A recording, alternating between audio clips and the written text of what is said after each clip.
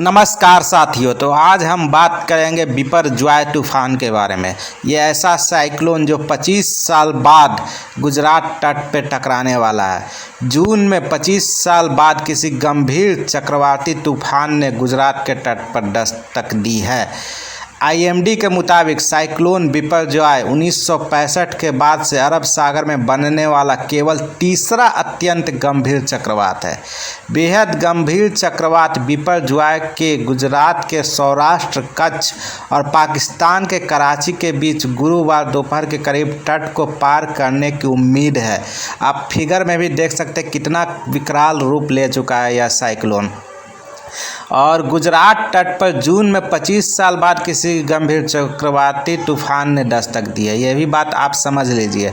भारत मौसम विज्ञान का अगर बात करें तो आईएमडी के मुताबिक साइक्लोन बिपरजॉय 1965 के बाद से अरब सागर में बनने वाला केवल तीसरा अत्यंत गंभीर चक्रवात है।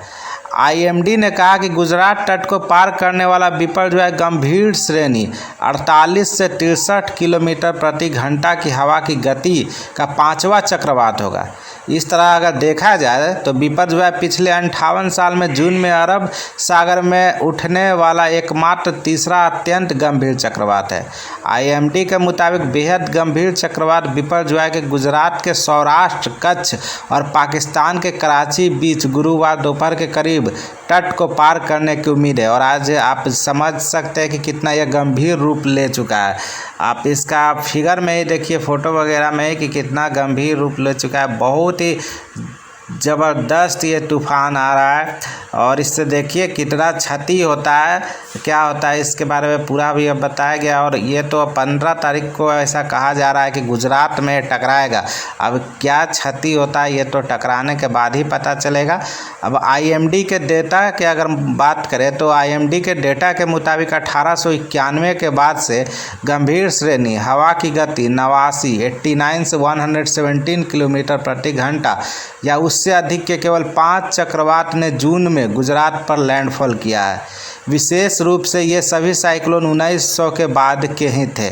ये गंभीर या उच्च तीव्रता वाले चक्रवात एक 1920 में आया था, एक 1961 में फिर दोबारा आया था, 1964 में, 1996 में और पांचवी बार 1998 के दौरान आए थे। 100 किलोमीटर प्रति घंटा की अधिकतम रफ्तार के साथ एक गंभीर चक्रवात 18 जून 1996 को दीव के करीब तट से टकराया था। एक और बेहद गंभीर चक्रवात 9 जून 1998 को पोरबंदर के पास 166 किलोमीटर प्रति घंटा की अधिकतम हवा की गति के साथ तट से टकराया था। जून में डिप्रेशन के गंभीर चक्रवात में बदलने की भी संभावना कम है। आईएमडी के मुताबिक जून में किसी डिप्रेशन के गंभीर चक्रवात में बदलने की संभावना लगभग 35% है। यह संभावना भी पूरे देश में बंगाल की खाड़ी और अरब सागर को मिलाकर है।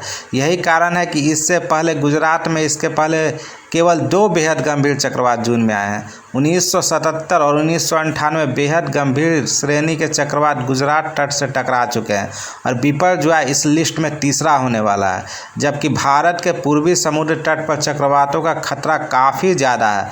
इसके बावजूद पश्चिमी तट के कुछ इलाकों विशेष रूप से केरल, कोंकण, गोवा, उत्तरी कोंकण, गुजरात पर भी समान रूप से साइक्लोन का खतरा बना हुआ है। इसमें रेस्क्यू भी चल रहा है, बहुत लोगों को निकाला भी गया है और यहाँ पे अमित शाह मीटिंग वगैरह भी कर रहे हैं वहाँ के गुजरात के मुख्यमंत्री के साथ, कुछ सांसदों के साथ। और बहुत सबसे ज़्यादा क्षति ऐसा माना जा रहा है कि गुजरात को ही पहुँचेगा।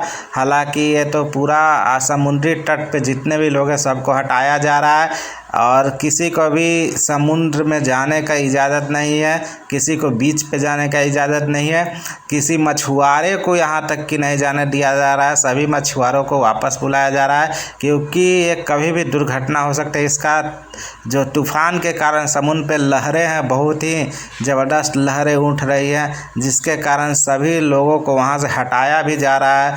बहुत लोगों को वहाँ पे खाली कराया गया। समुद्री तट पे जितने भी लोग हैं उन सबको हटाया गया है और वहाँ पे जो भी मछुआरा है उनको जाने से रोका गया है।